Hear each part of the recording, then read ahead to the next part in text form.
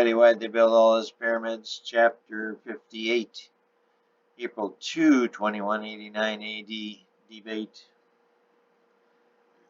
The debate was televised worldwide. There was not a man, woman, child, angel, animal, or bird that could not view the debate if they so desired. Interestingly, a flock of seagulls was in attendance, more than likely to scoop up the discarded foodstuffs afterward, but some were not so sure. The venue has changed from the New Eden television studios to the West African plain directly between the two pyramids. It afforded everyone living in the pyramids the opportunity to observe the debate from their balcony if they so chose. The first debate was to be between Alexander the Great and Paul of Tarsus. It would be 2 hours long, and the moderator, after much discussion, was to be Abraham Lincoln. It should be noted that President Lincoln was still undecided as to who he was casting his allegiance with. Because of all the pre-debate wrangling, a second debate, a part 2, a follow-up if you will, was scheduled the following Thursday, April 9, but only if the two parties agreed it was necessary. Neither thought it would be. With the second debate, there would be two moderators alternating questions to the two debaters.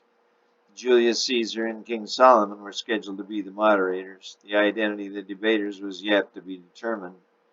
The massive army surrounding New Jerusalem agreed to assist with security, and big screens were attached to the sides of each pyramid to allow everyone in attendance to view the debate live. Luke and Jesus were surprisingly both nervous and anxious in the hours leading up to the 8 p.m. start time. Neither was worried about what the humans, Alexander and Paul, would say. They each wondered how much damage control they would need after the 2-hour opening debate was over. Even more concerning was what type of questions Honest Abe would throw out there. Neither was allowed to provide Abe with any questions. There was to be no opening comment for fear it might influence the audience. It was estimated that there were in the universe 1 trillion angels and 30 billion humans on the earth. Polls showed that 2-to-1 ratio of those following Christ versus those following Beelzebub and his band held up all across the board. The 2/3, 1/3 split had not budged so much as a percentage point one way or the other for 90 years.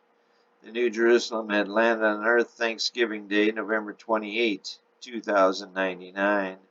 Both factions saw this debate as an opportunity to move the needle in their direction. Many suspected this might be the last opportunity to do so. The hastily constructed quarters for the participants on the large stage were in the ready. Alexander chose an off-white suit with blue tie to complement his long golden locks and blue eyes. Paul chose a burgundy suit with red tie. He wanted all to remember the shed blood of his Savior. Mr. Lincoln was his traditional self. He wore black tuxedo tails and his beloved stovepipe hat. He wanted all to know who he was. At precisely 7:55 p.m., the three participants of this first debate walked out onto the stage. The applause was deafening and could be heard literally around the world. It did not die down until well past the 8 p.m. start time. Eventually it began to level off enough so that the cue was given by the director, Mr. William Shakespeare, to proceed.